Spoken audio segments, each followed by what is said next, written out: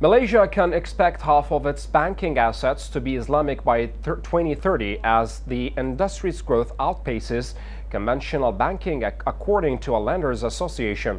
Loans that company with or comply with the religion's ban on interest is set to increase by 10% to 15% annually over the next 5 years, outpacing the 5% to 7% growth seen for non-Islamic loans, said the president of Association of Islamic Banking and Financial Institutions, Malaysia, or Aibim.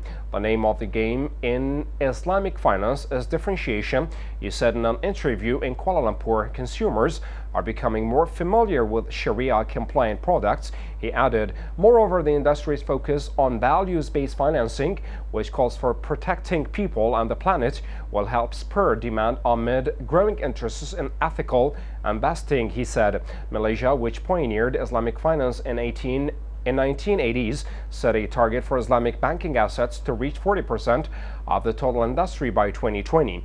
That proportion has only reached 31% as of 2019, equivalent to 916.7 billion ringgit, equals to $224 billion, according to the central bank.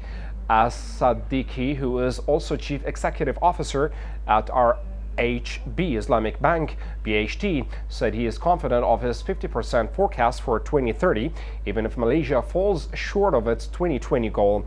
The signs can be seen in the nation's largest banks.